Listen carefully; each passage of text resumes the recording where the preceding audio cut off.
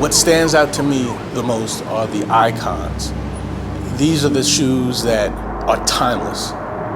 These are the shoes that you'll want to have in your collection 5 years from now, 10 years from now, and they'll really describe you to be a sneakerhead. In the mid-'80s, when Footlocker emerged, Footlocker was, and still is, one of the best places to buy sneakers. I love what Mike does because the campouts and the lineups get crazy. It's great that somebody came there and said, you know what, I'm gonna regulate. I was like, well, I could stay home and do nothing, or I could go, camp for sneakers. How bad could it be? It's pretty bad. Summertime is fine, but once it gets a little colder like it is now, it takes a toll on you. But we do it because we love sneakers. I like the way the community is transitioning, dealing with the camp out and seeing how it is to how people react now when I come out and how friendly they are. They're more open to actually being a community.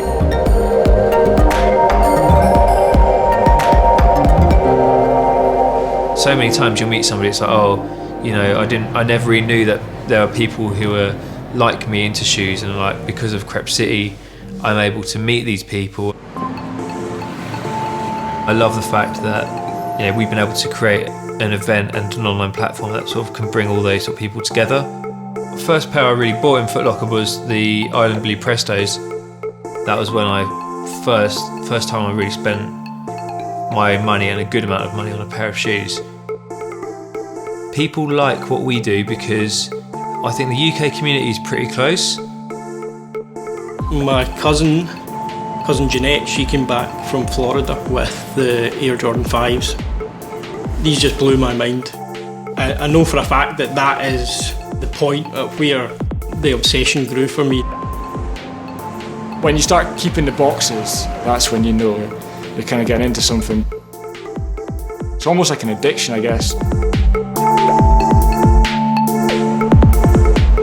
I set New Balance Gallery up just as really a kind of place for folk to go and chat about future drops, past, classics, rumours. We've had the occasional leak that we've had our knuckles wrapped for.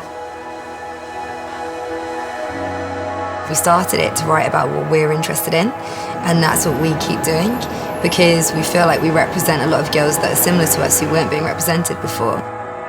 What I'd like to see anyway is that there are a lot more unisex collabs, because I think brands are noticing a lot more that girls do want trainers. That's why it was so important to me for not just starting a blog that was about women, but that was unisex, and pointing out the fact that girls like the same things as guys. On Thursday, Kitty and I are going to be discussing the new women's collection.